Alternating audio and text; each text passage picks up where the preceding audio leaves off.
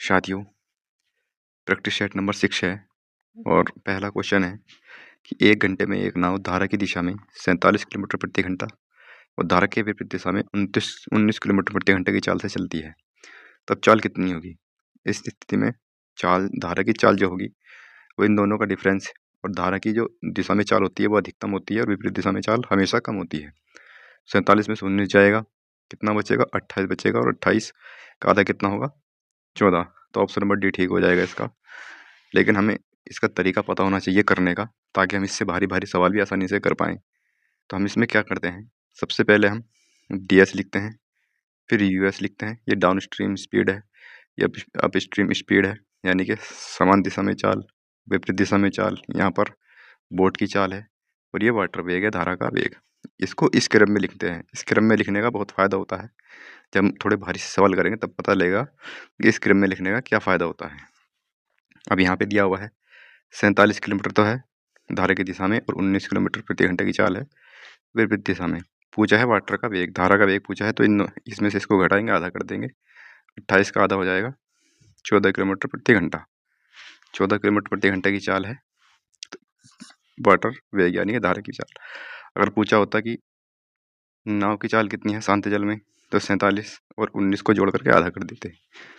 अगला सवाल है, अब है कि यहाँ पर 5 संख्याओं का योग 655 है, पहली 2 संख्याओं का योग 76 है और तीसरी संख्या 105 है। तो शेष 2 संख्याओं का औसत बताना है, कितना होगा। यहाँ पे दिया हुआ है कि 5 संख्याएं हैं जिनका योग दिया हुआ है 655। 655 5 संख्याओं का योग है। पहली 2 संख्याओं का औसत दिया हुआ है, यानी कि पहली 2 संख्याएं जो है उनका औसत, तो इनका योग हो जाएगा 7 दूनी 14, यानी कि 152 हो जाएगा यहाँ पर 2 संख्याओं का योग। तीसरी संख्या जो है वो 105 है और तीसरी संख्या है यहाँ पर संख्या।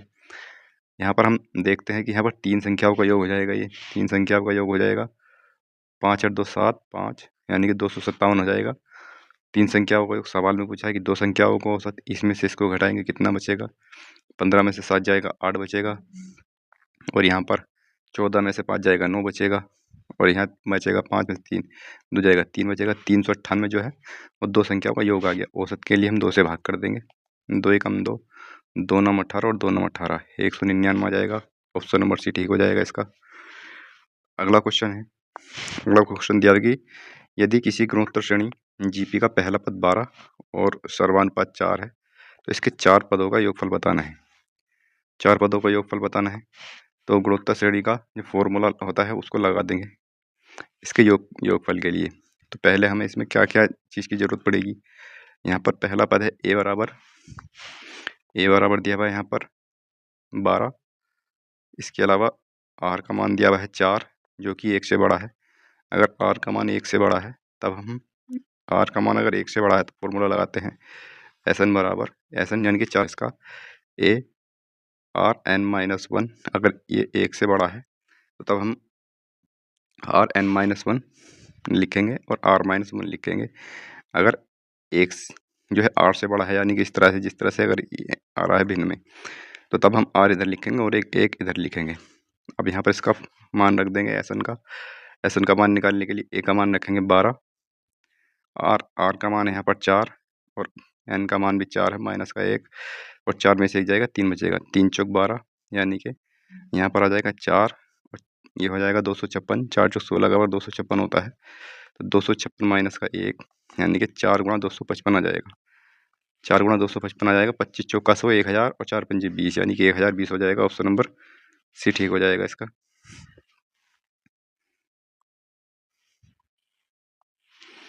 अगला क्वेश्चन दिया है कि एक व्यक्ति 63 किलोमीटर प्रति घंटा, x किलोमीटर प्रति घंटा और 81 किलोमीटर प्रति घंटे की चाल से इतनी दूरी तय करता है अलग अलग। यदि पूरी यात्रा के लिए उसकी औसत चाल 54 किलोमीटर प्रति घंटा है, तो x का मान बताना है। यहाँ पर दिया हुआ है कि एक व्यक्ति जो है, यहाँ स्पीड दी है उस व्यक्ति की 63, x और 81। इन स्पीड के द्वारा तय की गई दूरी भी है 819, 1476 और ये आ जाएगा 1053। तो यहाँ पर हमें देखना है कि अगर औसत चाल दी है तो औसत चाल क्या होती है। औसत चाल होती है टोटल दूरी बटे टोटल टाइम। टोटल दूरी बटे टोटल टाइम होता है, तो टोटल दूरी कितनी हो जाएगी, इसको जोड़ लेंगे। और हमें पहले टोटल टाइम, इसका टाइम भी निकालना पड़ेगा। पहले तो अलग अलग निकालना पड़ेगा, इससे इसको काटेंगे 63 से इसको काटेंगे, 63 ही करना, 63 आ जाएगा। यहाँ पर कितना बचेगा, यहाँ पर बचेगा यहाँ पर 27 बच जाएगा।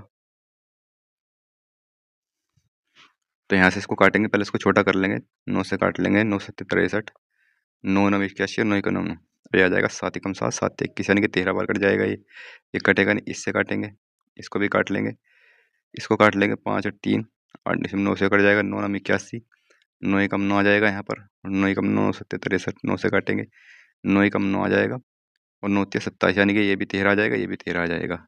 इसका मतलब दोनों को जो टाइम लगता है यहाँ पर 13 13 लगता है, और इसका जो समय हो जाएगा 1476/x हो जाएगा। ठीक है, इसका ये टाइम हो जाएगा। टोटल दूरी देखेंगे, टोटल दूरी कितनी हो जाएगी, 3 6 9 9 18 का 8 आ जाएगा। इसके अलावा 5 7 12 1 13, 13 और 1 14 आ जाएगा यहाँ पर, और यहाँ पर 4 8 4 12 और 1 13 का 3, और यह बचेगा 1 और 1 2 33 48 आ जाएगी टोटल दूरी। टोटल दूरी और टोटल टाइम कितना हो गया, 26 प्लस ये आ जाएगा 1476/x, यहाँ पर बराबर में आ जाएगा। यहाँ पर 54 किलोमीटर की औसत चाल है, ये आ जाएगा यहाँ पर।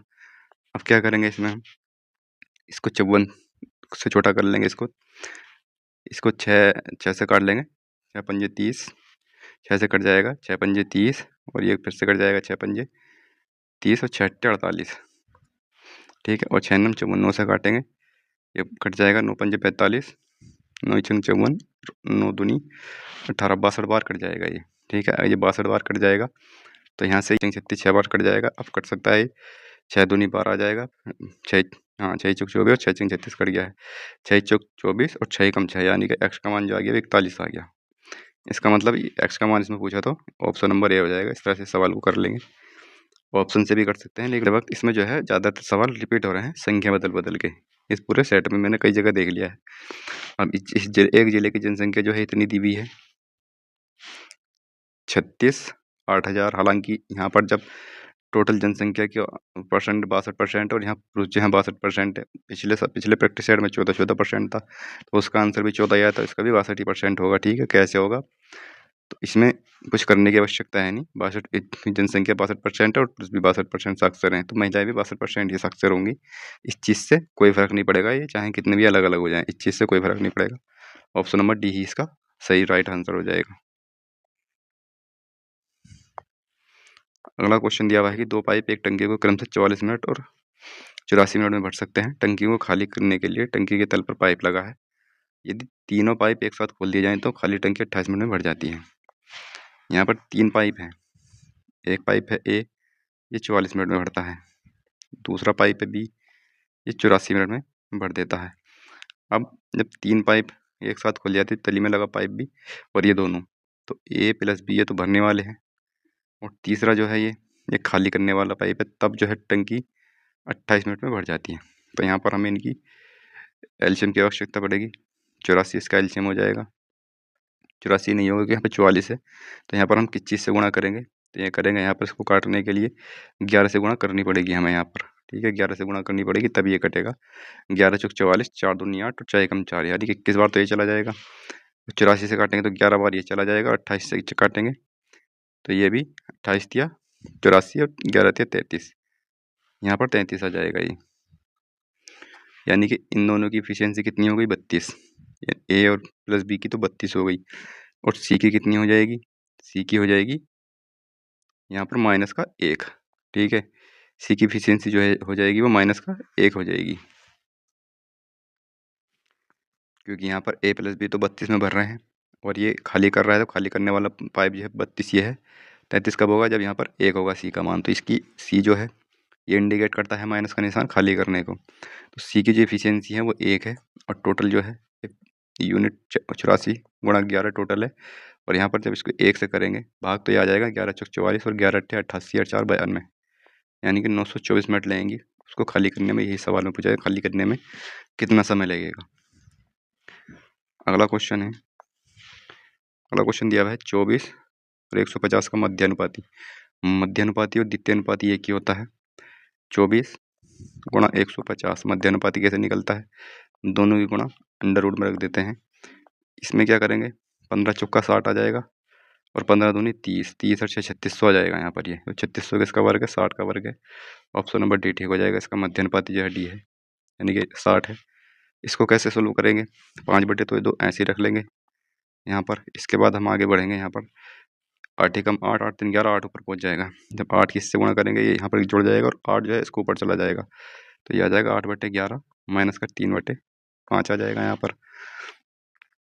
अभी इनको जोड़ लेंगे या यहाँ पर इसके एलसीएम ले लेंगे तीनों का, किसी भी तरह से कर सकते हैं। इन तीनों का हम एलसीएम ले लेते हैं। 11 दूनी 22, यानी कि एलसीएम यानी कि सर ये कोप्राइम नंबर है, तो ये आ जाएगा 110। इसका एलसीएम 110 आ जाएगा। और इसको देखें 110 तो केवल ऑप्शन नंबर डी में है, तो हो सकता है यही हमारा आंसर सही हो, लेकिन उसको करके देखते हैं। इसका एलसीएम आ जाएगा यहाँ पर 110। एलसीएम 110 आ गया। 2 से काटेंगे 55 बार कट जाएगा। 5 से गुणा करेंगे तो 5 पंजे 25 और 5 पंजे 25 और 2 27, 275 आ गया। 11 से कटेगा, यानी कि यहाँ पर 80 आ जाएगा ये, और ये आ जाएगा माइनस का। 5 से काटेंगे इसको तो 5 दूनी 10 और 22 बार और 22 से 66 आ जाएगा यहाँ पर। 80 में से 66 जाएगा, कितना बचेगा? तो ये बचेगा यहाँ पर 14। इसको 14 में जोड़, इसको 14 को 275 को जोड़ेंगे तो ये 289 आ जाएगा। 289/110, और यही ठीक है। अगला क्वेश्चन हो जाएगा। अगला क्वेश्चन है कि दो संख्याओं का महत्तम समापवर्तक और लघुत्तम एलसीएम और एचसीएफ दिया हुआ है, और एक संख्या दी हुई है तो दूसरी संख्या बतानी है। तो इसमें तो कुछ करना ही नहीं होता। इसमें तो एलसीएम गुणा एचसीएफ बराबर पहली संख्या गुणा दूसरी संख्या, इस तरह से लिखते हैं इसमें। तो एलसीएम कितना है यहाँ पर? एलसीएम एचसीएफ हो जाएगा यहाँ पर 6 गुणा 264, और बराबर में पहली संख्या दी हुई है 66, सेकंड संख्या हमें याद करनी है। तो 11 से कट जाएगा, 11 छंग 66, 11 से कट जाएगा 11 दूनी 22, 11 चौक 44, 6 चौक 24, 4 छंग 24, सेकंड संख्या जो है वो 24 हो जाएगी। ऑप्शन नंबर ए हो जाएगा। कपड़े के दो टुकड़ों की लंबाई 96 मीटर और 144 मीटर है। कपड़े की अधिकतम लंबाई कितनी है जिसे बिना किसी शेष दोनों टुकड़े से समान रूप से काटा जा सकता है? कुल मिला के इसमें इसका एचसीएफ ज्ञात करना पड़ेगा। 96 और 144 का, 96 और 144 का एलसीएम, इसमें से इसको घटाएंगे कितना बचेगा? घटा करके एलसीएम निकाल लेते हैं। तो ये बचेगा यहाँ पर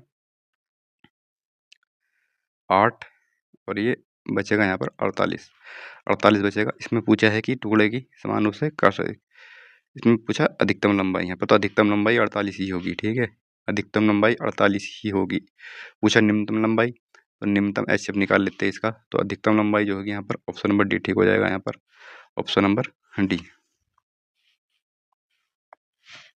अगला क्वेश्चन है वीणा और कर्मेश दिल्ली में अलग अलग जगह पढ़ते हैं। उन्हें कुछ मुद्दों को सुलझाने के लिए एक बैठक की जगह तय की। वीणा ए स्थान से, इस तरह से दिया हुआ, चलो बना ही लेते हैं इसको।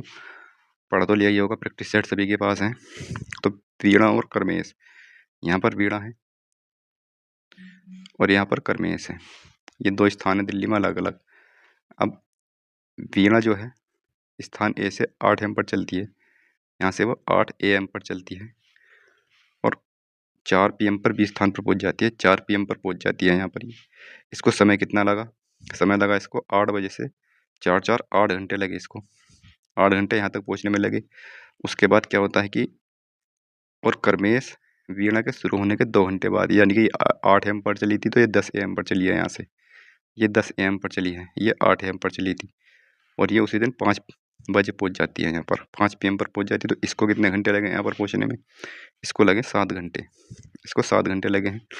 तो यहाँ पर डिस्टेंस जो है वो सेम है। अगर डिस्टेंस सेम है तो जो स्पीड का रेशियो हो जाएगा वो टाइम का उल्टा हो जाएगा। पहले टाइम का रेशियो ले लेते हैं यहाँ पर। जो टाइम का रेशियो है यहाँ पर इनका दोनों का, इनके वीणा और कर्मेश का टाइम का रेशियो 8:7 है। तो स्पीड का रेशियो इनका जस्ट अपोजिट हो जाएगा, 7 8। स्पीड का रेशियो आ गया इनका। हम मान लेंगे 8 7 56, इनकी गुणा कर लेंगे। टाइम गुणा एच जो होता है वो डिस्टेंस होती है। तो मान लेंगे 56 किलोमीटर की दूरी है यहाँ पर। ये जो दूरी तय की है उन्होंने 56 किलोमीटर की दूरी तय की है। ठीक है, अब सवाल में आगे क्या बोला है इसमें, कर्मेश और वीणा किस स्थान पर एक समय एक दूसरे से मिलेंगे? यहाँ पर ये देखना है कि ये 10 बजे चली थी, ये 8 बजे चली थी। तो पहले इसे हम 10 बजे तक ले जाना है, क्योंकि हमें सापेक्ष चाल की आवश्यकता पड़ेगी। और सापेक्ष चाल इनकी कितनी हो जाएगी? 8 7 15 हो जाएगी। 8 7 15 किलोमीटर प्रति घंटा की सापेक्ष चाल हो जाएगी, लेकिन सापेक्ष चाल उसी दूरी पर लगेगी जो उन्होंने एक साथ तय की है। 8 एम से लेकर 10 एम तक की इसकी दूरी हमें निकालनी पड़ेगी अलग, क्योंकि 8 एम से लेकर 10 एम तक ये अकेली चली थी।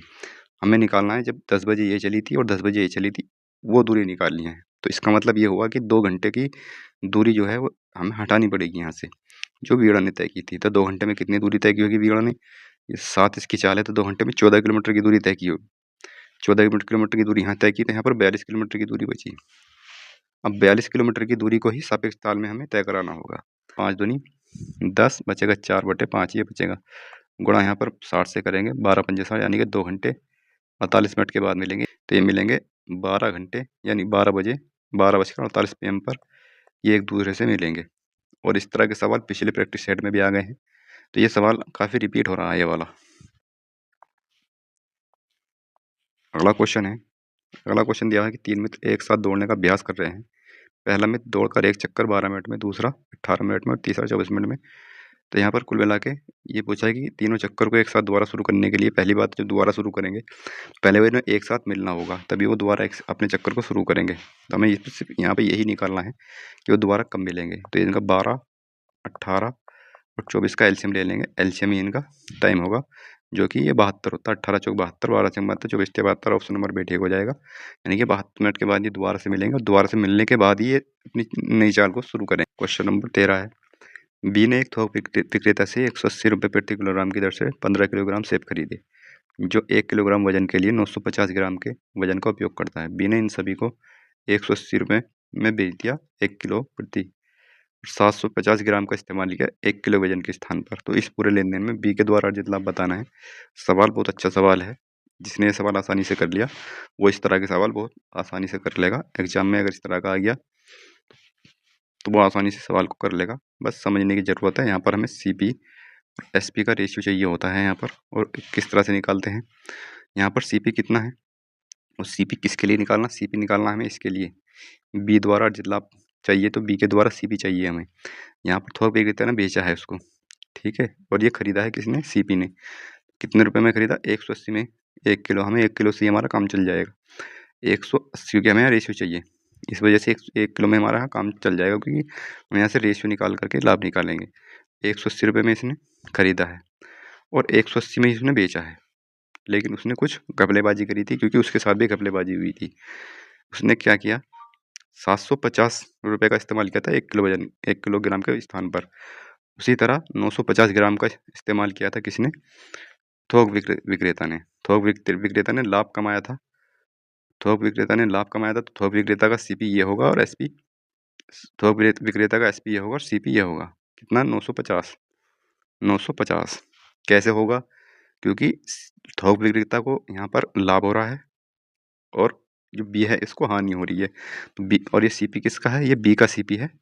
तो बी का CP है, और तो बी को हानि तभी होगी जब ये अधिक होगा और ये कम होगा, ठीक है। यहाँ से इसकी पहचान कर सकते हैं।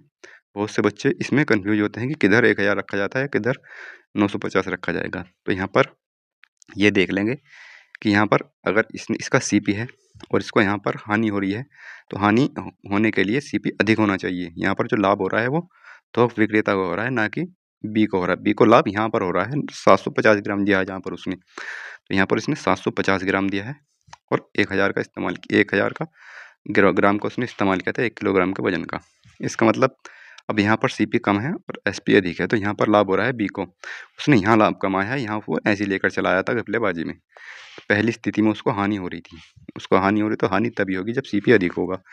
थोड़ा थोड़ा यहाँ से अंदाज़ा लगा सकते हैं कि निकलता कैसे है। तो 180 से 100 कट जाएगा, 1000 से ये वाला भी कट जाएगा, 0 से 1 कट जाएगा यहाँ पर, 5 से काटेंगे 5 एकम 5, 5 पंजे 25 और ये आ जाएगा 19 बार कट जाएगा, 19 पंजे 95।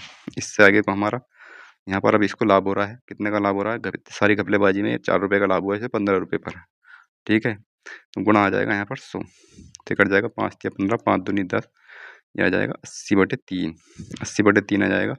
तो ये आ जाएगा 26.67 आ जाएगा यहाँ पर, ठीक है, 26.67 आ जाएगा जब काटेंगे, 3 से काटेंगे। यहाँ पर भी 66 66 चलता चला जाता है, लेकिन 5 से बड़ा है तो यहीं पे छोड़ देते हैं हम इसको और 7 बना देते हैं, 5 से अधिक होता है तो ऑप्शन नंबर इसका बी ठीक हो जाएगा। अगला है कि 3 वर्ष पहले पिता की आयु उसके पुत्र की आयु के 2 गुने से 24 वर्ष अधिक थी। अब से कितने वर्ष के बाद उसकी आयु उसके पुत्र की आयु से 2 गुनी हो जाएगी?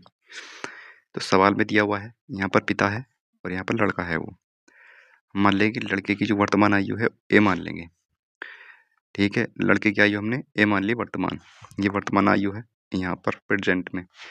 3 वर्ष पहले उसके पिता की आयु कितनी थी?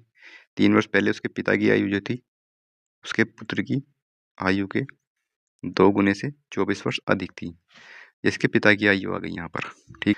अब इसके पिता की वर्तमान आयु कितनी होगी? पिता की वर्तमान आयु को निकालेंगे तो उसमें 3 जुड़ जाएगा इसमें, क्योंकि 3 वर्ष पहले की है। तो पिता की वर्तमान आयु कितनी हो जाएगी? ए माइनस का 3 और गुणा 2 प्लस 24 में कुछ 3 और जोड़ देंगे तो 27 हो जाएगा, ठीक है। तो ये वर्तमान आयु होगी इसके पिता की। वर्तमान आयु आ गई तो इसको सोल्व करेंगे वर्तमान आयु को। वर्तमान आयु को हम क्या लिख सकते हैं? यह हो जाएगा 2a माइनस का 2 तिया 6 और प्लस का 27, या हम इसको इस तरह से भी लिख सकते हैं 2a प्लस का 21 आ गया यहाँ पर ये। अब सवाल में पूछा है कि अब से कितने वर्षों के बाद उसकी आयु उसके पुत्र की आयु के 2 गुनी हो जाएगी। तो यहाँ पर ऑलरेडी 2 गुना दिया हुआ है और यहाँ पर भी 2a हो रखा है इसकी पुत्री की आयु का 2a, तो हमारे यहाँ आंसर यहीं से मिल जाएगा। इसमें ये दिखा हुआ है कि 2a प्लस 21 यानी कि 2 गुना 21 साल के बाद होगी यहाँ पर, ठीक है। तो यहाँ पर तो 2 गुना है, लेकिन अगर कहीं यहाँ पर हो जाता कि यहाँ पर 3 गुना होता, यहाँ पर 2 गुना होता, तब इसको हम 2 गुना, यहाँ पर 3 गुना होता, 3 आ जाता है यहाँ पर, और हमें 2 गुनी चाहिए होती तो 2 बना लेते इसको। और 2 बनाने के लिए यानी कि 3 को 2 बनाने के लिए क्या करते, 2/3 से दोनों तरफ गुणा कर देते, 21 में भी गुणा कर देते। 3 सत्ते 21 7 दूनी 14, तो 14 साल के बाद होती। तो इस तरह से यहीं से आंसर निकल जाता है, आगे कुछ करने की आवश्यकता होती नहीं है इसमें, ठीक है। तो यहाँ से आंसर आ जाएगा, क्योंकि दोनों जगह 2 गुनी दे रखी है तो हमें कुछ करना नहीं पड़ा। तो 21 साल के बाद उसके पिता की आयु जो है उसके पुत्र की आयु के 2 गुना हो जाएगी। ऑप्शन नंबर ए ठीक हो जाएगा इसका। ऑप्शन दिया हुआ है कि किसी वस्तु का अंकित मूल्य 5800 है और एक ग्राहक को 2 क्रमिक छूट मिलती है।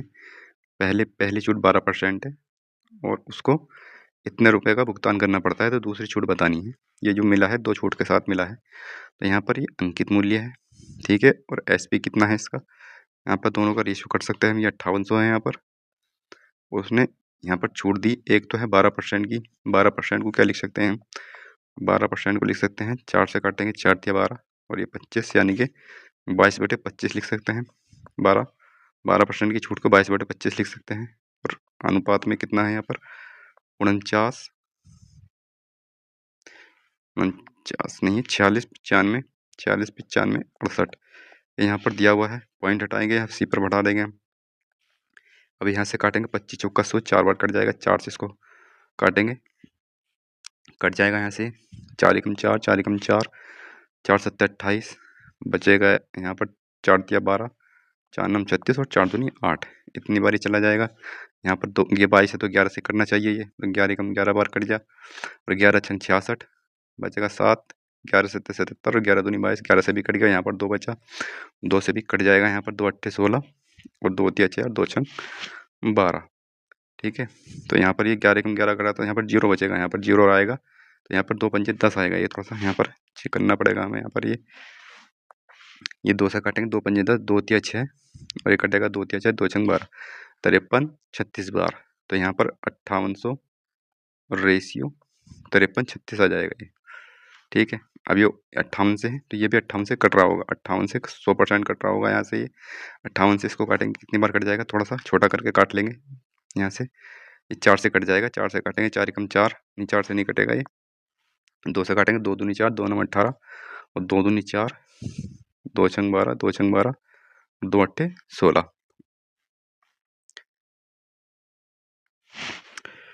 इसको 29 से काट लेंगे, जब इसको 29 से काटेंगे यहाँ पर तो ये कितनी बार कट जाएगा, 29 से 9 बार जाएगा लगभग ये, क्योंकि 10 बार तो 290 हो रहा है, तो 9 बार चला जाएगा, 9 9 81 और यहाँ पर 5 आ जाएगा, तो यानी कि 58 बचेगा। 29 दूनी 58 यानी कि यहाँ से ये 92 बार जा रहा है यहाँ पर, तो यहाँ पर 100 बचा और यहाँ पर 92 बचा। तो दूसरी छूट कितनी होगी? 8% की होगी दूसरी छूट, यहाँ पर दूसरी छूट 8% की होगी। ऑप्शन नंबर ए ठीक हो जाएगा इसका। कर लेंगे, कैलकुलेशन करने के और भी तरीके हो सकते हैं। अगला सवाल इसी में ही है। अगला सवाल ये रहा, ये एक आयताकार कागज को उसकी चौड़ाई के अनुदिश रोल करके एक बेलन बनाया जाता है। यदि एक आयत की लंबाई चौड़ाई क्रमश यह है तो बेलन का वक्रपृष्ठीय क्षेत्रफल बताना है, कितना होगा यहाँ पर। तो इस सवाल को मिटा देते हैं और सवाल देखते हैं। सवाल में दिया हुआ है कि एक आयताकार कागज चाहिए, ये आयत है यहाँ पर, ठीक है। यहाँ पर दी हुई है आयत की लंबाई 12 और चौड़ाई ये दी हुई है 7.48 मीटर, ये दोनों मीटर में दी हुई है। तो इसको रोल करके मोड़ा जाएगा तो इस तरह से मोड़ा जाएगा। यहाँ पर ये इस तरह से तो मोड़ा जाएगा, ये इस तरह से जब मोड़ा जाएगा इसको रोल करके, तो यहाँ पे इसकी जो लंबाई है यहाँ पर ये, तो ये लंबाई इस तरह से हो जाएगी। यहाँ पर ये गोल आ जाएगी यहाँ पर लंबाई। तो यहाँ पर ये जो बनेगी इसकी परिधि बनेगी, इसकी परिधि बनेगी। परिधि कितनी होती है? 2πr होती है। 2πr का मान आ जाएगा यहाँ पर 7.48, 7.48 आ जाएगा 2πr का मान। यहाँ पर पूछा है वक्रपृष्ठीय क्षेत्रफल बेलन का। बेलन का वक्रपृष्ठीय क्षेत्रफल कितना होता है? 2πrh होता है, 2πrh। तो यहाँ पर 2πr का मान तो ऑलरेडी हमारे पास है। h का मान कितना है? यहाँ पर h का मान हो जाएगा ये, जब ये बेलन बन जाएगा तो ये h का मान बन जाएगा यहाँ पर। अभी तक तो ये चौड़ा लंबाई थी, और जब रोल कर देंगे तो इसको ये ऊंचाई हो जाएगी। यानी कि h का मान कितना है? 12 है। यहाँ पर 12 से और गुणा कर देंगे 7.48 में। 7.48 में जब 12 से गुणा करेंगे तो हमारा आंसर आ जाएगा 12 96 का 6 आ जाएगा, और 12 चौक 48 और 9 आ जाएगा 57, और 12 सत्ते 84, 84 और 5 89.76 मीटर स्क्वायर आ जाएगा। यहाँ पर ये आंसर आ जाएगा, इसमें कट गया है, ठीक है। तो ये इसका आंसर हो जाएगा। अगला क्वेश्चन है, मनोज, स्वाति और राहुल ने एक व्यवसाय शुरू करने के लिए इतने इतने रुपए का निवेश किया, वर्ष के अंत में इतने रुपए का लाभ हुआ है, राहुल का हिस्सा कितना है? तो यहाँ पर समय बराबर है। अगर समय बराबर है तो उनके जो लगाई हुई राशि है वही उनका लाभ बन जाएगी। तो 1020 और 1440 और 1230 ये उन्होंने राशि निवेश की थी, और राशि का टाइम बराबर तो यही प्रॉफिट हो जाएगा। ये मनोज का है, ये स्वाति का है और ये राहुल का है। कट जाएगा 0 0, तो यहाँ से काट लेंगे। यहाँ पे 2 से 2 पंजे 10, 2 एकम 2 आ जाएगा, 2 सत्ते 14, 2 दूनी 4, 2 ये 3 है। यहाँ पर 3 2 से नहीं कटेगा ये, तो यहाँ पे ये काट लेंगे हम इसको 3 से काटेंगे। 3 3 9, 3 चौक 12, 3 चौक 12, 3 अट्ठे 24 और 3 चौक 12, 3 एकम 3, ये कट जाएगा यहाँ पर। यानी कि टोटल जो है 4 8 4 12 एक 13 का 3, 4 4 8 3 11 12, यानी कि 123 का मान जो है वो 126 है। 126 नहीं 1260 है 123 का मान। यहाँ पर टोटल लाभ जो है 1260 है, और यहाँ पर जो टोटल लाभ है वो ये है। 123 का मान तो है, 1260 हमें निकालना है राहुल का हिस्सा। राहुल का हिस्सा कितना है? 41। तो 1260 गुणा 41 बटे 123 आ जाएगा। 41 से कितनी बार कट जाएगा? 3 बार कट जाएगा। 3 से काटेंगे 3 चौक 12 और 3 दूनी 6, यानी कि 420 रुपये आ जाएगा। किसका? राहुल का। ऑप्शन नंबर, ये ऑप्शन नंबर थी। अर्धवार्षिक रूप से संयोजित होने वाली 10% वार्षिक चक्रवृद्धि ब्याज से एक वर्ष 6 माह के लिए उधार दी। तो यहाँ पर जो दर संयोजित हो रही है वो अर्धवार्षिक हो रही है, तो आर का मान जो है वो आधा हो जाएगा, यानी कि 10% का आधा 5% बचेगा, और टाइम डबल हो जाएगा। टाइम कितना था? 1 साल 6 महीने, यानी कि टाइम हो जाएगा 3 साल का। टाइम 3 साल का हो जाएगा। अब यहाँ पर जो धनराशि है वो 50,000 रुपये की है। इसको अगर सक्सेसिव से करने लगे तो सक्सेसिव में जो है कैलकुलेशन करनी पड़ेगी, काफ़ी कैलकुलेशन करनी पड़ेगी। यहाँ पर देखो ये, ठीक है। तो हमें कैलकुलेशन ज़्यादा नहीं करनी है, हम 3 3 1 के रेशियो में बांटेंगे, 3 3 1 के, और यहीं से हमारा आंसर आ जाएगा बहुत आसानी से। अपने स्टेप फॉलो करने हैं, स्टेप फॉलो करते करते ही हमारा आंसर आ जाएगा। यहाँ पर 50,000 रुपये की राशि है, 5% की फ्रैक्शन 101/20 होती है। 3 साल का टाइम है, तो 3 साल के लिए हमारी ये रेशियो आ गया। इससे इसको काटेंगे यहाँ पर, तो ये बचेगा 2500, और 2500 को पहले इस वाले 3 से गुणा करेंगे यहाँ पर, तो 25 या 75 आ जाएगा, 7500। इसके बाद फिर से 20 को इससे भाग करेंगे, 1 0 से 0 कट जाएगा, 2 से काटेंगे 125 बचेगा, 125 को 3 से गुणा करेंगे तो आ जाएगा, इस वाले 3 से कर देंगे तो ये आ जाएगा 125 या 375 आ जाएगा यहाँ पर। इसके बाद फिर से 20 को एक बार फिर से काटेंगे इसको, तो जब 125 को 20 से भाग करेंगे तो 5 5 दूनी 10, 5 पंजे 25 और 5 चौक 20, ये आ जाएगा, और गुणा करेंगे 1 से, इस वाले 1 से। तो यहाँ पर अब काम खत्म हो गया हमारा, तो आ जाएगा 4 छंग 24, 4 एकम 4, एक बच्चा था यहाँ पर, 4 दूनी 8 आता है यहाँ पर, ठीक है। 4 दूनी 8 और 4 पंजे 6.25 आ जाएगा यहाँ पर।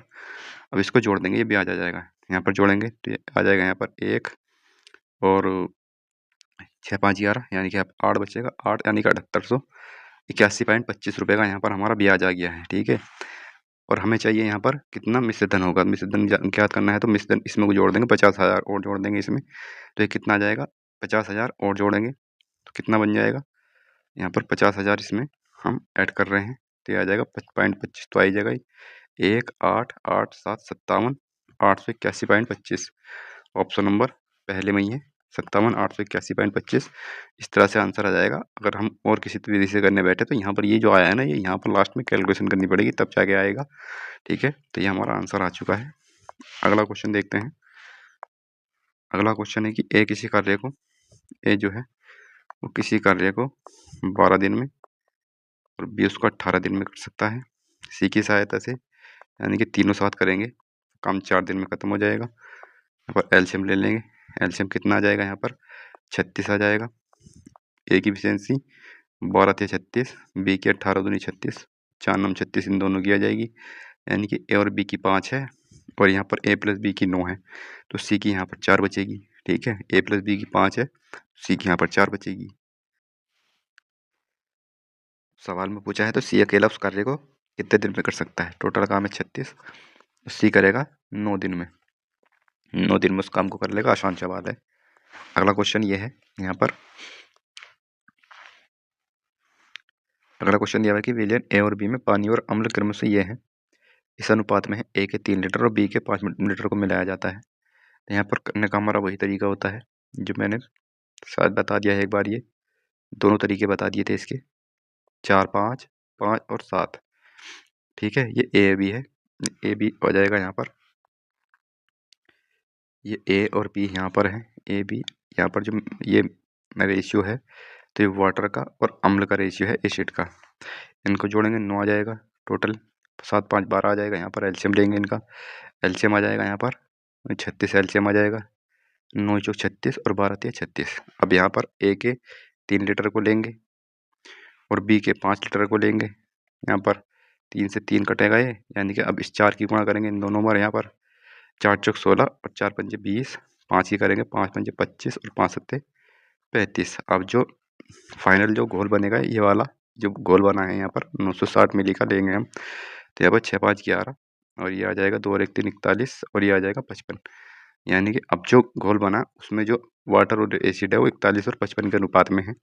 उस आगे बोला सवाल में इस घोल के 960 मिली में कितना अम्ल मिलाया जाना चाहिए कि परिणामी मिलियन में अम्ल जल का अनुपात 1:1 होना चाहिए। तो 1:1 अनुपात कब होगा? जब इसमें बोला है कि अम्ल कितना अम्ल मिलाना चाहिए। तो यहाँ पर एक सवाल में गलती की हुई है। यहाँ पर इस सवाल में यहाँ पर अम्ल नहीं होगा, पानी होगा यहाँ पर, तब जाके इस ऑप्शंस के अनुसार, इन ऑप्शंस के अनुसार आंसर आएगा। अगर यहाँ पर अम्ल की जगह पानी होगा तो। ठीक है, यहाँ पर अम्ल की जगह पानी होगा, क्योंकि यहाँ पर 55 तो हो गया हमारा यहाँ पर अम्ल। अगर वाटर से अधिक है अम्ल तो मिलाया जाएगा ही नहीं। ठीक है, अनुपात 1:1 कैसे हो जाएगा?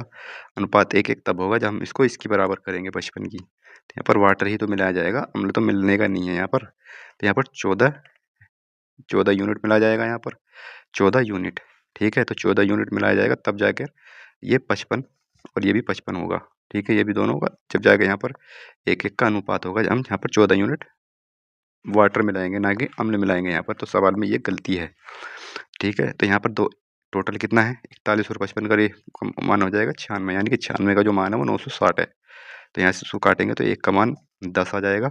हमने 14 यूनिट मिलाया है तो इसका मान आ जाएगा 140। ऑप्शन नंबर सी ठीक हो जाएगा इसका। तो यहाँ से जो आंसर आ रहा है तो वाटर मिलाने पर आ रहा है, ना कि अम्ल मिलाने पर। अगला क्वेश्चन करेंगे। अगला क्वेश्चन है कि जैसे ही हवा का एक गोलाकार गुब्बारे में हवा भरी जाती है तो इसकी त्रिज्या 7 सेमी से बढ़कर 14 सेमी हो जाती है। दोनों परिस्थितियों में गुब्बारे के आयतनों का अनुपात बताना है। तो गोलाकार गुब्बारे का आयतन 4 पाई r³ होता है। तो यहाँ पर किसका रेशियो पूछा है? छोटे वाले का, और उसका पूछा है जो बढ़ के बड़ा हो जाता है। तो यहाँ पर छोटे वाले का और फिर जो बढ़ के बड़ा हो जाता है उसका रेशियो पूछा है आयतनों का। तो ये तो खत्म हो जाएगा। पहले वाले की त्रिज्या कितनी थी? 7 थी, 7 का घन आ जाएगा यहाँ पर। दूसरे कितनी थी? यहाँ पर 14 थी, तो यहाँ पर आ जाएगा घन। तो यहाँ से काटेंगे 7 दूनी 14, यानी कि 1 का घन और रेशियो 2 का घन आ जाएगा यहाँ पर। 2 का घन यानी कि 1:8 आ जाएगा यहाँ पर। Option number C. अगला क्वेश्चन है यहाँ पर गुणोत्तर श्रेणी 4 20 100, इसमें कितने पद हैं ये बताना है। यानी कि nवां पद यहाँ पर दिया हुआ है, nवां पद यहाँ पर दिया हुआ है 62 500। तो यहाँ पर जो nवां पद होता है tn या an कर सकते हैं इसको, हम an भी लिख सकते हैं, tn भी लिख सकते हैं। तो ये होता है ARn-1, ये होता है यहाँ पर। यह 62,500 ए का मान यहाँ पर कितना है 4 है, ए का मान यहाँ पर 4 है और आर का मान यहाँ पर 20/4 आ जाएगा, 4 पंजे 20। आर का मान आ जाएगा यहाँ पर 5 और पावर में एन कितना है यहाँ पर, ये टी एन का मान है यहाँ पर, तो एन का मान कितना है, एन का मान हमें निकालना है यहाँ से, एन का मान निकालना है, n-1 आ जाएगा और टी एन का मान यहाँ पर ये दिया हुआ था 62,500। ठीक है, अब यहाँ पर हम क्या करेंगे, 4 से इसको भाग करेंगे। ठीक है, 4 से इसको भाग करेंगे, ये हम 4 से भाग ना भी करेंगे तो इसको हम बटे में ले लेंगे, ये आ जाएगा 625/0/4, क्योंकि ये भी एक पूर्ण वर्ग है और ये आ जाएगा 5 की पावर n-1, ये भी लिख सकते हैं हम यहाँ पर। ये ऊपर वाला किसका वर्ग है, तो ये 250 का वर्ग है ऊपर वाला। ठीक है, और ये नीचे वाला 2 का वर्ग है यहाँ पर, ये हो जाएगा यहाँ पर आ जाएगा 5 की पावर n-1, ये भी लिख सकते हैं। ठीक है, उसके अलावा हम इसको काटेंगे तो ये आ जाएगा 125, 125 आ जाएगा, 125 की पावर 2, 5 की पावर n-1, ये भी लिख सकते हैं। ये किसका घन है, ये 5 का घन है, 5 का घन है तो 5 की पावर 6 आ जाएगा यहाँ पर, 5 की पावर n-1। एक तरीका ये भी है करने का, दूसरा तरीका ये भी है, इसको 4 से काटो, फिर ये देखो किसका वर्गीय घन बन रहा है। ठीक है, मेनली 5 का ही बनेगा, तो यहाँ पर क्या होगा, ये दोनों बराबर है तो n-1 का मान आ जाएगा 6, n का मान आ जाएगा यहाँ पर 7, तो ऑप्शन आ जाएगा इसका सी। इस तरह से सवाल को कर लेंगे। अगला क्वेश्चन करेंगे,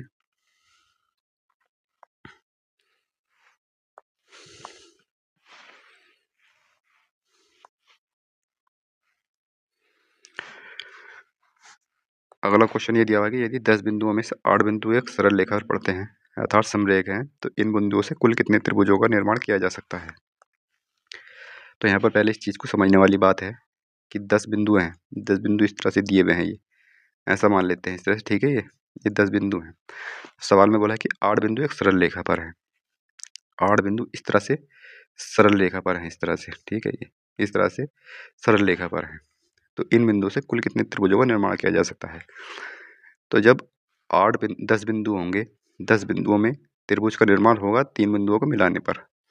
ठीक है, तो 10 बिंदुओं में से टोटल कितने त्रिभुज बन सकते हैं, 10C3 ये बन सकते हैं। और इसका मान क्या होता है, इसका मान होता है 10 गुणा 9 गुणा 8 बटे 3 गुणा 2 गुणा 1 होता है। ठीक है, इसका फॉर्मूला भी होता है, फॉर्मूला मैंने डायरेक्ट रखा नहीं है, मैंने डायरेक्ट रख दिया है। उसको रखते कैसे हैं डायरेक्ट, जैसे 10C3 है यहाँ पर, 3 है यहाँ पर, तो 10 को 3 बार करेंगे रिवर्स और फिर 3 को रिवर्स कर देंगे, बस ऐसा करते हैं। वही सेम वही बैठता है जो फॉर्मूले में होता है, फॉर्मूला याद करने की ज़रूरत है नहीं। ठीक है, जो बच्चे मैथ से पढ़े हुए हैं वो तो देख लेंगे, लेकिन जो नहीं पढ़े हुए तो इसको फॉर्मूला याद करने की जरूरत नहीं है। 10 को 3 बार रिवर्स करेंगे, फिर 3 को भी रिवर्स कर देंगे एक बार। ठीक है, तो ये इसका डायरेक्ट रखने का तरीका होता है यहाँ पर। तो इससे काटेंगे हम इसको, 3 तिया 9 हो जाएगा, 2 चौक 8 आया, 4 तिया 12, यानी कि 120 टोटल तरीके हैं 3 बिंदुओं से त्रिभुज बनने के। ठीक है, यानी कि 10 बिंदुओं में से त्रिभुज बनने के तरीके हैं 120 टोटल। लेकिन 8 बिंदु एक सरल रेखा पर है, जब 8 बिंदु सरल रेखा पर हैं, ये सरल रेखा पर तो कभी भी त्रिभुज बन ही नहीं सकता। ठीक है, तो हमें जो टोटल में से 8 यानी कि 8 बिंदु पर जो हैं तो समरेख हैं और इन पर त्रिभुज बन नहीं सकता है, तो ये हमें घटाने पड़ेंगे 120 में से। तो 8 बिंदुओं में से कितनों में त्रिभुज नहीं बन सकता है, तो 8C3 हो जाएगा। इसको कैसे करेंगे, 8 को फिर से रिवर्स कर देंगे 3 बार। ठीक है, और फिर 3 को भी रिवर्स कर देंगे, 3 2 1 यहाँ पर 3 दूनी 6, ये खत्म हो जाएगा, 8 7 56, यानी कि 56 ऐसे होंगे जो त्रिभुज नहीं बना सकते। तो टोटल कितने हो गए, तो 120 में 56 घटाएंगे तो 64 इसका आंसर आ जाएगा, ऑप्शन नंबर ए ठीक हो जाएगा। इस तरह से सवाल को कर लेंगे। अगला क्वेश्चन ये दिया हुआ है कि एक कारखाना है और इसमें कुछ टायर का उत्पादन होता है और इसमें टायरों की कुल संख्या 1350 से बेचे गए और ये यहाँ पर दिया हुआ है। इसके बाद सवाल में पूछा है कि एक साथ बेचे गए A1, यानी कि ये वाले A1 और फायर स्टोन कौन सा है, ये वाला। ठीक है, इनके औसत संख्या और एक साथ बेचे गए गुडियर ये वाले और डनलप ये वाले, इनकी औसत संख्या के बीच अंतर कितना है। मेनली बच्चे क्या करते हैं, इनका औसत 21% 14% को जोड़कर इसमें से इसकी कैलकुलेशन करने लगते हैं। कैलकुलेशन मैंने बताया कि इन सवालों में कैलकुलेशन स्टार्टिंग में नहीं करनी होती है। तो हम कैसे करेंगे इसको, इसमें निकाल लेंगे पहले फायरस्टोन और A1, 14 और 21 कितने होंगे 35, यानी कि 35/2% होंगे और गुणा ये 1350 भी आएगा, लेकिन अभी हम कर नहीं रहे, यानी कि इसका जो एवरेज आएगा वो 35/2% आएगा। गुडियर का और डनलॉप का कितना आ जाएगा, 12 5 27% आएगा। ठीक है, 27% बटे 2 इनका औसत आ जाएगा। यहाँ से इसको जब हम घटाएंगे, इसका डिफरेंस ही तो पूछा है यहाँ पर सवाल में, डिफरेंस कितना हो जाएगा, 35 में से 27 जाएगा तो 8 बचेगा, 8/2% यानी कि 4% आएगा। यानी कि इनका जो औसत का डिफरेंस है वो इसका 4% है बस। ठीक है, तो 1350 का 4% निकाल लेंगे, आंसर आ जाएगा। 4% निकालने के लिए क्या करेंगे, इसी पर कट जाएगा, 4 से इसकी गुणा करेंगे, 4 पंजे 20, 4 तिया 12 और 2 14, और यहाँ जाएगा 4 एकम 4 और 1 5। ठीक, और बटे में 10 भी कट जाएगा, 54% आ जाएगा। ऑप्शन नंबर डी ठीक हो जाएगा। इस तरह से करेंगे, स्टार्टिंग में एकदम से कैलकुलेशन नहीं करनी चाहिए इन सवालों में। अगला क्वेश्चन ये दिया हुआ है, इसमें कौन सा वर्ष मैगजीन से प्राप्त आमदनी में सर्वाधिक परिवर्तन दर्शाता है। सर्वाधिक परिवर्तन कौन सा दर्शाता है, मैगजीन से प्राप्त। मैगजीन कौन सी है, ये वाली है, ये वाली, यानी कि जो कम चमक बीच वाली जो है मैगजीन है यहाँ पर बीच वाली। तो सबसे अधिक परिवर्तन कौन सा दर्शा रहा है, यहाँ से 31 से 39 में कितना बढ़ा, तो ये 8 बढ़ा है यहाँ पर। इसके बाद यहाँ से यहाँ तक 6 बढ़ा है, और यहाँ से यहाँ तक फिर 5 बढ़ा है। तो सर्वाधिक परिवर्तन जो दर्शा रहा है, तो 1989 से 1990 के बीच में 1990 दर्शा रहा है। ऑप्शन नंबर डी ठीक होगा इसका। सर्वाधिक परिवर्तन जो हुआ है वो 1990 में हुआ है। 1989 का हम ज्ञात नहीं कर सकते, क्योंकि हमें फिर 1988 का पता होना चाहिए, तो इसलिए ये आंसर नहीं होगा, 1990 इसका आंसर आ जाएगा। यहाँ पर दिया हुआ है, ये एक सरल रेखा दी हुई है, और इसमें 3x + 2 से विभाजित किया जाता है, तो शेषफल बताना है। 3x + 2 से विभाजित किया जाता है, बराबर 0 रखेंगे, शेषफल प्रमेय का प्रयोग करेंगे, तो ये -2/3 आ जाएगा। यहाँ से इसको हम इसमें रखेंगे, यहाँ पर इस वाली रेखा में, तो कितना आंसर आएगा यहाँ पर, 15 गुणा ये आ जाएगा 2/3 माइनस का 2/3 का वर्ग, उसके बाद 4 माइनस का 2/3 x + 10। ये x तो हमने रख ही लिया यहाँ पर, ये आ जाएगा प्लस का 10। इसको सॉल्व करेंगे तो माइनस में ही आएगा यहाँ पर ये। ठीक है, 15 गुणा 8 ये आ जाएगा 27 यहाँ पर। ठीक है, इसके अलावा यहाँ पर ये आ जाएगा, ये प्लस में हो जाएगा, 14 गुणा 2 दूनी 4/9 आ जाएगा यहाँ पर, माइनस का ये प्लस में बन जाएगा, ये आ जाएगा 8/3 प्लस का 10। ठीक है, यहाँ से 3 से काटेंगे, 3 पंजे 15 और 3 नम 27, आ जाएगा माइनस का 40/9 आ जाएगा। यहाँ से 14 चौका 56/9 आ जाएगा, और प्लस का 8/3 प्लस का 10। यहाँ पर 9 हम एलसीएम ले लेंगे, तो यहाँ पर माइनस का 40 बचेगा, यहाँ पर माइनस का 56 बचेगा, यहाँ पर 3 तिया 9, 3 तिया 9 और 8 तिया 24 आ जाएगा, और प्लस में यहाँ पर 10 आ जाएगा। यहाँ पर कितना बचा, ये माइनस का 40 और 56 हो जाएगा यहाँ पर 96, और माइनस का 96 में से हम ये कर लेंगे। इसके बाद 96 में से 24 घटाएंगे तो माइनस का आएगा, माइनस का कितना बचेगा यहाँ पर, ये बचेगा 2 और 7, माइनस का ये बचेगा 9 8 72, प्लस का 10 भी है यहाँ पर, माइनस का 8 प्लस का 10, यानी कि आएगा बराबर का 2।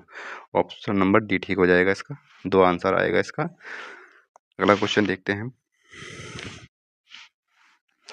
अगला क्वेश्चन यह है कि यदि 156 ए से 20% अधिक है, यहाँ पर 156 है, अधिक है 20% अधिक है, यानी कि 6/5 कौन है, 156, यानी कि ए से 20% अधिक है 156, ये इसका मतलब हो गया। 6 से इसको काटेंगे, ये कट जाएगा, 6 दूनी 12, 6 पंजे 30, 6 छंग 36, यानी कि ए का मान जो आएगा 5 छंग 30 और 5 दूनी 10, 130 आ जाएगा, यानी कि ए का मान आ गया 130, और ये 156 है यहाँ पर। तो बोला कि 156 से कितने प्रतिशत कम है, यानी कि 156 से 130 कितने प्रतिशत कम है, तो कितना कम है यहाँ पर, तो ये कम है यहाँ पर 26 कम है। किससे कम है, 156 से कम है, बटे 156 गुणा 100 आ जाएगा यहाँ पर। इसको थोड़ा सा सोल्व करेंगे, तो इसको काटेंगे, 2 से 2 एकम 2, 2 तिया 6, 2 सत्ते 14, 2 अट्ठे 16, 13 छंग 78 आ जाएगा, अभी काटा था 26 से, तो आ जाएगा 6 छंग 36, 6 से आराम से कट रहा था ये। ठीक है, तो 6 ये आ जाएगा 50/3, तो इससे काटेंगे, 3 एकम 3 आ जाएगा, और 3 छंग 18, और 67 आ जाएगा, क्योंकि 6 6 तो चला जाएगा, ये 16.67, ऑप्शन नंबर ए ठीक हो जाएगा। अगला क्वेश्चन है इसमें कि दिया गया है, ये भी सवाल रिपीट हुआ है, काफ़ी सवाल रिपीट हो रहे हैं इस प्रैक्टिस सेट में। तो ये सवाल सिर्फ इसमें संख्या बदल गई है, 4 की पावर इसमें दिया हुआ है 0.72 बराबर एक्स, और यहाँ पर और दिया हुआ है 4 0.86 बराबर वाई। इसके अलावा एक्स की पावर जेड बराबर वाई की पावर 8 दिया हुआ है, तो जेड का मान बताना है किसके निकटतम होगा। तो यहाँ पर x की पावर z और y की पावर 8 दिया हुआ है, तो y की पावर 8 यहाँ ऑटोमेटिकली कर लेंगे और z x की पावर z कर लेंगे। अगर x की पावर z करेंगे तो यहाँ भी हमें z से गुणा करनी पड़ेगी, सेम इधर भी हमें वही काम करना पड़ेगा। तो हम क्या करेंगे, x की पावर अगर z करेंगे तो यहाँ पर हमें इसकी पावर भी z करनी पड़ेगी, 4.072 z करना पड़ेगा। उसी तरह से y की पावर अगर हमें 8 करनी है तो 4 की पावर 8.86 गुणा 8 हमें करना पड़ेगा यहाँ पर। अब ये दोनों बराबर है क्योंकि यहाँ पर दिया हुआ है कि दोनों बराबर है, x की पावर z y की पावर 8 दोनों बराबर है यहाँ पर, तो ये दोनों बराबर हो जाएंगे। तो हम क्या लिखेंगे इसको, 4 की पावर 0.72 z बराबर 4 की पावर यहाँ पर आ जाएगा 0.86 गुणा 8 आ जाएगा। और ये सेम है तो इसका मान आ जाएगा 72 z बराबर 0.86 गुणा 8 आ जाएगा। यहाँ पर 8 ये पॉइंट से पॉइंट कट जाएगा यहाँ पर दोनों, क्योंकि दोनों दो के बाद लगा हुआ है, तो 8 9 72 आ जाएगा और जेड से देखेंगे तो 86/9 आएगा यहाँ पर। तो ये आ जाएगा यहाँ पर 9 9 81, बचेगा 5 और बचेगा 5 यहाँ पर 9 9 पंजे 45 आ जाएगा, 9.56 के समथिंग जाएगा ये। तो ऑप्शन नंबर डी ठीक हो जाएगा। इस तरह से करेंगे। अगला क्वेश्चन है ये वाला, इसमें इस क्वेश्चन रिपीट हो गया है, सेम इसी तरह का क्वेश्चन हमने देखने को मिला था इसी प्रैक्टिस सेट में। कर लेते हैं इसको, जल्दी जल्दी करते हैं। कि एक रेलगाड़ी ए है, ये स्टेशन एम से चलती है 7:30 AM पर, ठीक है, सुबह चलती है 7:30 बजे और ये पहुंच जाती है एन पर, पहुंच जाती है 2:30 PM यानी कि दोपहर के 2:30 बजे। फिर रेलगाड़ी बी ये चलती है यहाँ से, ये चलती है 9:30 AM पर और ये पहुंच जाती है 2:30 बजे, ये भी 2:30 बजे पहुंच रही है, 2:30 PM पर ये भी पहुंच जाती है। तो ए को कितना समय लगा था यहाँ पहुंचने में, ए को लगाते हैं 7 5 12 यानी कि लगे थे 7 घंटे, ठीक है, ए को लगे थे 7 घंटे और बी को कितने लगे थे 9 3 12 यानी कि 5 घंटे, ठीक है। दोनों को 7 और 5 के घंटे का समय लगा था, तो टाइम का रेशियो हो जाएगा इनका दोनों का 7:5, स्पीड का रेशियो हो जाएगा इनका 5:7, ठीक है। यहाँ पर स्पीड का रेशियो हो जाएगा, हम मान लेंगे 5 7 35 किलोमीटर की ये दूरी है, 35 किलोमीटर की। अब जो है ये आमने सामने आ रही है तो ये कम से कम मिलेंगी, तो इसके लिए हमें सापेक्ष चाल की आवश्यकता पड़ेगी। सापेक्ष चाल हो जाएगी 12 किलोमीटर प्रति घंटा की, और 12 किलोमीटर प्रति घंटा की सापेक्ष चाल हो जाएगी। तो सापेक्ष दूरी कितनी होगी इसकी, 7:30 बजे ये चली थी, 9:30 बजे ये, तो हमें पहले इसको ए को जो है 2 घंटे आगे बढ़ाना है, 9:30 बजे तक लेके जाना है। तो ए का 2 घंटे में चली गई दूरी 10 किलोमीटर हो जाएगी। तो यहाँ पर जो दूरी है 25 किलोमीटर की है, 25 किलोमीटर की दूरी को ही हमें इस सापेक्ष दूरी से तय कराना है। 25/12 ये आ जाएगा, 12 से जब इसको काटेंगे तो आ जाएगा 12 दूनी 24, बचेगा 1/12 और गुणा यहाँ पर 60 आ जाएगा। मिनट में चेंज करने के लिए 12 पंजे 60 यानी कि 2 घंटे 5 मिनट के बाद, 2 घंटे 5 मिनट के बाद ये दोनों ट्रेन मिलेंगी। कब से, 9:30 बजे से, क्योंकि यहाँ पर 9:30 बजे से ये सापेक्ष चाल निकाली है हमने। 9:30 बजे से 2 घंटे 5 मिनट के बाद यानी कि 11:35 पर ये मिलेंगे सुबह के 11:35 पर यहाँ पर ये मिल जाएंगे यहाँ पर 11:35 पर। अगला क्वेश्चन है कि यदि सभी वस्तुओं का 75% भाग 20% के लाभ पर बेचा गया हो और शेष वस्तुओं को 20% की हानि पर बेचा गया हो तो कुल लाभ का प्रतिशत बताना है कितना होगा।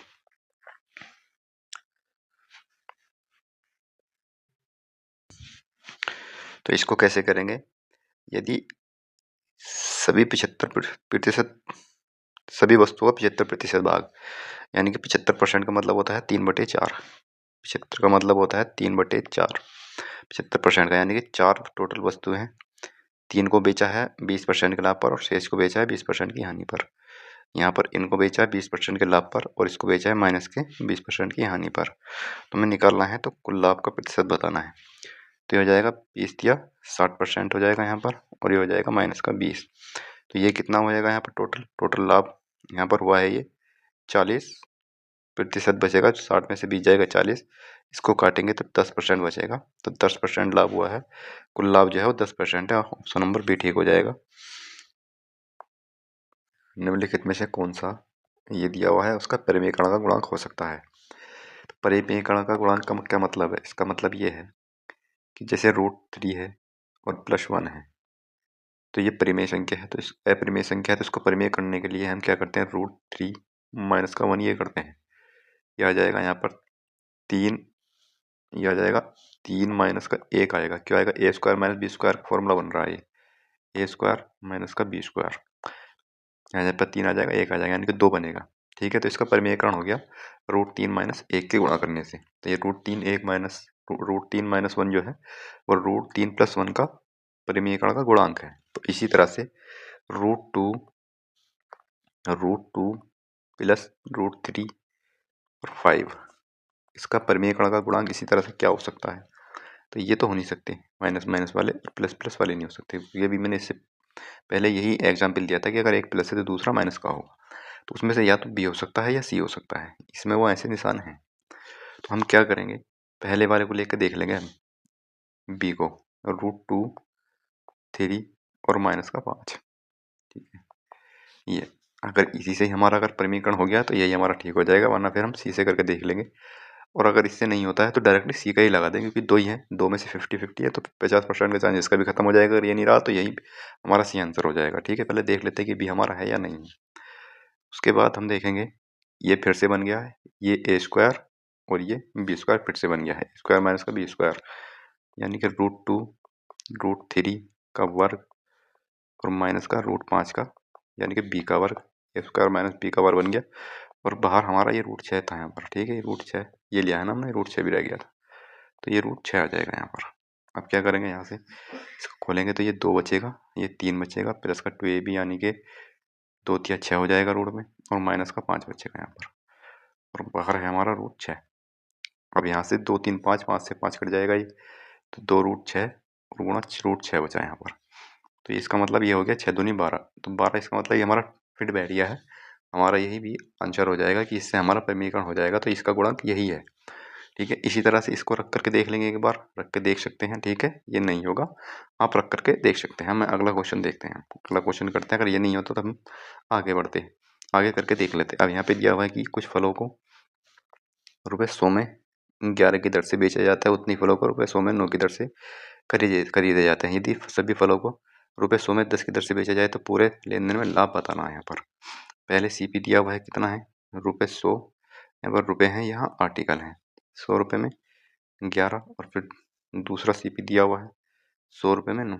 एक तरीका तो इसमें होता है कि क्रॉस मल्टीप्लाई करके निकाल लेते हैं, नहीं तो यहाँ पर हम क्या करेंगे, इसको बराबर कर लेंगे, दोनों एक ही बात है।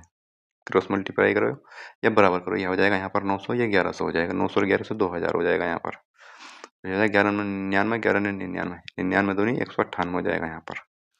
ठीक है, अब बोला है आगे, ये टोटल यहाँ पर CP आ गया, एवरेज CP। अभी बोला है कि सभी को 10 रुपये की दर से बेचा जाता है, सभी फलों को, यानी कि 100 है यहाँ पर, ये इसको बोला जाता है 100 फलों को बेचा जाता है 10 रुपये की दर पर।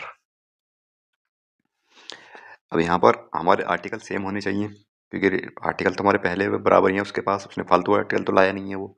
तो इसको क्या करेंगे, 19.9 से गुणा कर देंगे, दोनों तरफ 19.9 से गुणा करेंगे तो ये हमारे 198 बन जाएगा। इधर ये इधर बराबर हो जाएंगे आर्टिकल, हमारे आर्टिकल हमने बराबर कर लिए। जब बराबर कर लिए तो CP कितना है 2000, SP कितना हो जाएगा 1980 हो जाएगा CP। ठीक है, जब इसकी गुणा करें तो 1980 बन जाएगा, एक जीरो खत्म हो जाएगा पॉइंट से, तो 1980 SP बचा, 2000 हमारा यहाँ पर CP बचा। तो कितने रुपए की हानि हुई, से 20 रुपये की हानि हो गई 2000 रुपये पर, 20 रुपये की हानि हुई, गुणा 100 करेंगे तो ये आ जाएगा 1%। 1% किसको लॉस हो गया है। एक तरह से इस तरह से भी कर सकते हैं, और भी तरीके हो सकते हैं करने के, कर सकते हैं।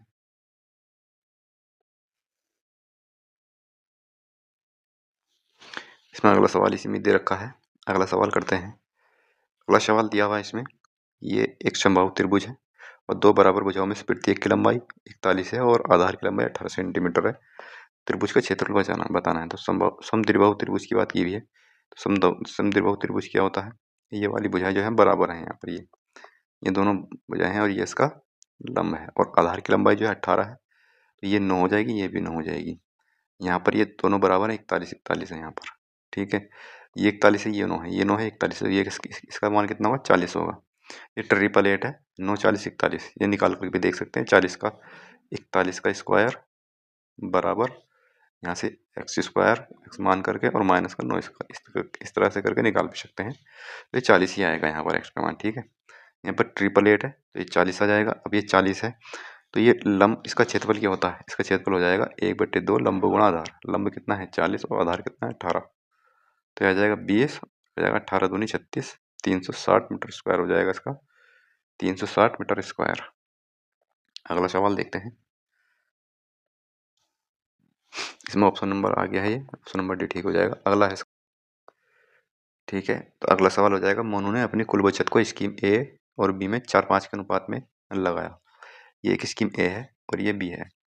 यहाँ पर उसने 4000 रुपये लगा दिए मान लिया, और यहाँ उसने 5000 रुपये लगा दिए। हम यहाँ पर 4x 5x भी मान सकते हैं, लेकिन कोई आवश्यकता नहीं है। 4 और 4000 5000 हम मान लेंगे, कोई दिक्कत नहीं है, अपनी तरफ से बढ़ा देंगे क्योंकि अनुपात इसका 4-5 ही है।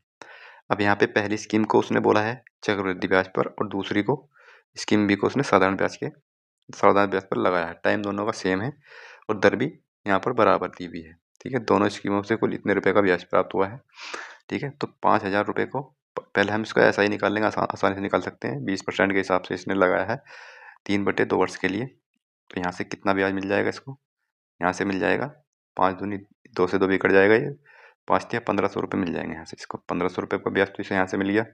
अब हमें चाहिए यहाँ से कितना ब्याज मिला है इसको। 4000 रुपये पर कितना मिला है, 4000 गुणा यहाँ पर दर कितनी हो जाएगी, 10% बचेगी, और टाइम 3 साल का हो जाएगा यहाँ पर क्योंकि अर्धवार्षिक है यहाँ पर। ठीक है, तो 10% हो जाएगी, 10 की 1/3 फ्रैक्शन होती है।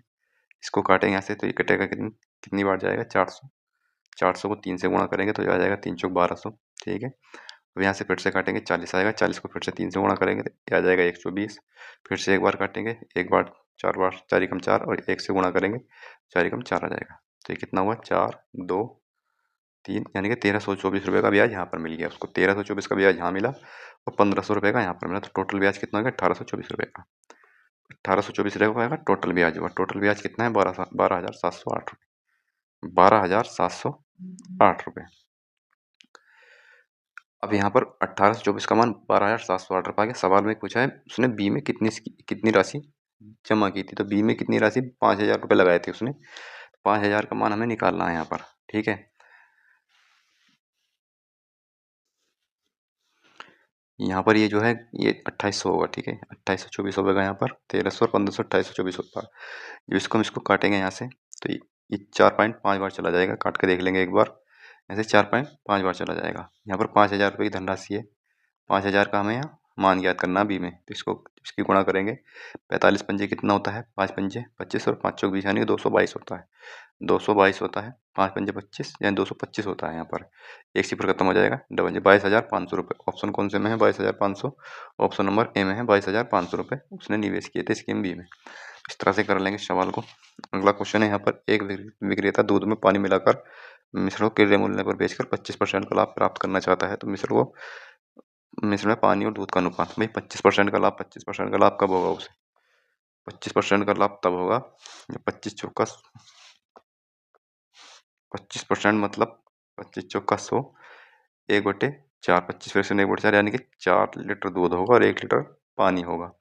ठीक है, तब उसे 25% का लाभ होगा, इस अनुपात में मिलाएगा। तो यहाँ पर यही अनुपात आ जाएगा, 1:4, 1 पानी और 4 दूध। ऑप्शन नंबर सी ठीक हो जाएगा इसका। 37वां क्वेश्चन लेंगे, 37वां question, question number 37। Question number 37 में दिया 10% वार्षिक साधारण ब्याज दर पर निवेश 2 वर्ष पर 4560। बहुत आसान क्वेश्चन है, आराम से निकल जाएगा। किसी कार्य को 10 पुरुष 6 महिलाएं 4 दिन में कर सकते हैं, 12 पुरुष 18 महिलाएं इसे 2 दिन में कर सकते हैं। यानी कि इनकी एफिशिएंसी के बारे में सवाल पूछा है, ये भी आसानी से हो जाएगा। 10 मेल है और 6 महिलाएं हैं, 4 दिन में 10 पुरुष और 6 महिलाएं मिलकर किसी काम को, यहाँ पर आ जाएगा 10 मेल है और प्लस का 6 फीमेल है, ये किसी काम को मिलकर 4 दिन में करते हैं। उसी तरह से 12 मेल है और 18 महिलाएं हैं फीमेल, ये करते हैं 2 दिन में। तो यहाँ से आसानी से निकाल सकते हैं इनकी एफिशिएंसी। 2 दूनी 4 आ जाएगा, तो अंदर करेंगे 20M 12F बराबर 12M प्लस 18F हो जाएगा यहाँ पर, या 12 इधर आ जाएगा और ये वाला 12 इधर आ जाएगा, 8M बचेगा और उधर 18 में से 12 जाएगा, 6 बचेगा यहाँ से, तो आ जाएगा 2 से काटेंगे, 2 चौक 8 और 2 तिया 6, यानी कि मेल की आ जाएगी 3 और फीमेल की आ जाएगी 4 एफिशिएंसी। किसका पूछा है यहाँ पर? ये पूछा है एक पुरुष और एक महिला, यानी कि पुरुष और महिला का। तो पुरुष और महिला का हो जाएगा 3 और 4 का। 3 और 4 का कौन सा है? ऑप्शन नंबर बी में है। अगला क्वेश्चन ये दिया हुआ है यहाँ पर, निम्नलिखित में से कौन सा कथन सत्य है? कौन सा कथन सत्य होगा इसका? 11 7 45, 11 7 45 सब में यही दिया हुआ है यहाँ पर। तो 11 1/3, दूसरा है 7 की पावर 1/2 और ये 45 की पावर 1/4। यहाँ पे 4 2 3 का एलसीएम ले लेंगे, 12 आ जाएगा। 12 से इसकी जब गुणा करेंगे एक एक करके, 11 गुणा ये 4 आ जाएगा और ये 6 आ जाएगा यहाँ पर, और ये 45 का 3 आ जाएगा। अब यहाँ पर हमें ये करना पड़ेगा 121 गुणा 121 करना पड़ेगा, और यहाँ पर 343 गुणा 343 करना पड़ेगा, और 45 की 3 बार गुणा करनी पड़ेगी यहाँ पर। तो यहाँ पर सवाल में क्या पूछा है? इनमें कौन सा कथन सत्य है, ये देखना है कौन सा कथन सत्य है इसमें।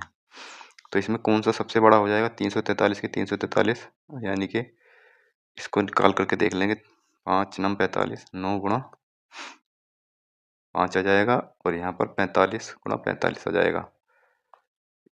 यह आ जाएगा 5 पंजे 25 और 5 चौक 20 और 2 22। इसकी करेंगे 9 पंजे 45 और 9 चौक 36, 9 चौक 36 और 5 36 और 5 41, 415 ही आ जाएगा। 225 और 415 इसकी जब गुणा करेंगे 225, 4 दूनी 8 आ जाएगा, 3 तिया 9, यानी कि फिर भी ये बड़ा रहेगा यहाँ पर। ये सबसे बड़ा रहेगा, ये उससे छोटा रहेगा, और ये सबसे छोटा रहेगा यहाँ पर। क्या कह सकते हैं हम कि √7 बड़ा है, उसके बाद जो है उससे छोटा ये है 45, और उसके अच्छा 4 बार है यहाँ पर ये 4, अच्छा 3 सही है। उसके बाद यहाँ पर यह है 11 की पावर √3, या इस तरह से हम लिख सकते हैं। तो ये कौन से में है? ये आ जाएगा ऑप्शन नंबर, ये 3 सही है, तो ऑप्शन नंबर हमारा ओनली सी ठीक, ऑप्शन नंबर 3 ठीक हो जाएगा इसका। मैंने यहाँ ऐसा क्यों किया है? यहाँ पर मैंने दोनों की अलग अलग गुणा क्यों की थी? यहाँ पर 3 की गुणा 2 बार दे रखी थी, मैंने भी यहाँ ऐसी संख्या 3 बना ली ताकि इनकी मैं 2 बार गुणा कर सकूँ। 2 बार गुणा कई मतलब 4 दूनी 8 हो रहा है यहाँ पर, और 3 3 9 यहाँ पे पहले ही इससे अधिक हो रहा है यहाँ पर, और इसके बाद की संख्याएं भी इनसे बड़ी हैं यहाँ पर। तो इसलिए डेफिनेटली सबसे बड़ा हो जाएगा यहाँ पर। मैंने इसलिए करने की आवश्यकता है नहीं कि सबकी एक करके सबकी गुणा करी जाए, समय बचाना है, थोड़ा सा एफर्ट लगाना है बस, इसलिए मैंने 3 संख्याएं थी, ये 2 2 संख्याएं थी, तो इसको ही मैंने 2 संख्या बना लिया था बस यहाँ पर। ठीक है, अगला क्वेश्चन है, आखिरी क्वेश्चन है यहाँ पर ये कि एक त्रिज्या 8 त्रिज्या वाली गोलाकार लकड़ी की गेंद को एक ही व्यास से गुजरने वाले तुले से काटते हुए 8 सर्वसम भागों में विभाजित किया जाता है, प्रत्येक अंतिम टुकड़े का पृष्ठीय क्षेत्रफल क्या है? तो इसका हमने फॉर्मूला पढ़ा था कि अंतिम टुकड़े का पृष्ठीय क्षेत्रफल जो होगा, जो कर्व एरिया होगा, तो वो हो जाएगा इसका गोले का क्षेत्रफल, गोले का क्षेत्रफल प्लस एक सर्वसम भाग जो है उसका क्षेत्रफल, उसका क्षेत्रफल एक कटे गोले का क्षेत्रफल, एक कटे गोले का क्षेत्रफल, ये हो जाएगा इसका फॉर्मूला होता है। तो ये होता πr² होगा इसका, और इसका कितना हो जाएगा? इसका टोटल इसका कितना होता है? इसका कर्व एरिया कितना होता है? कर्व एरिया होता है इसका 4πr², 4πr² होता है गोले का, और बट्टे में 8 आ जाएगा क्योंकि हमें एक का लेना है यहाँ पर। 4 दूनी 8 आ जाएगा यहाँ पर, πr² प्लस πr²/2, तो ये आ जाएगा 3πr²/2 यहाँ पर। तो ऑप्शन नंबर बी ठीक हो जाएगा इसका। ठीक है, हालांकि इस तरह के सवाल आने की आशंका है नहीं। ठीक है, तो ये हम, लेकिन इसका हमें ये फॉर्मूला याद होना चाहिए कि अगर प्रत्येक अंतिम टुकड़े का पृष्ठीय क्षेत्रफल क्या है, अगर ये दिया हुआ है। तो यहाँ पर अगर दिया हुआ है 8, यहाँ पर दिया हुआ है, और अगर सवाल में 4 है तो यहाँ पर 8 की जगह 4 रखेंगे, बस इतना ही चेंज इसमें करना है, बाकी कुछ चेंज नहीं करना, फॉर्मूला यही रहेगा इसका करने का यहाँ पर। ठीक है, इसको चाहे लिख सकते हैं, जब इतने फॉर्मूला हमने याद किए हैं तो ये भी एक सही। ठीक है, इसको जाहिर सी बात है, ये जो प्रॉपर्टी वाले सवाल हैं 3D 2D, 3D और 2D, तो ये बिना फॉर्मूले के होते नहीं है। ऑप्शन से कर सकते हैं, लेकिन हमें फॉर्मूले याद होने जरूरी चाहिए।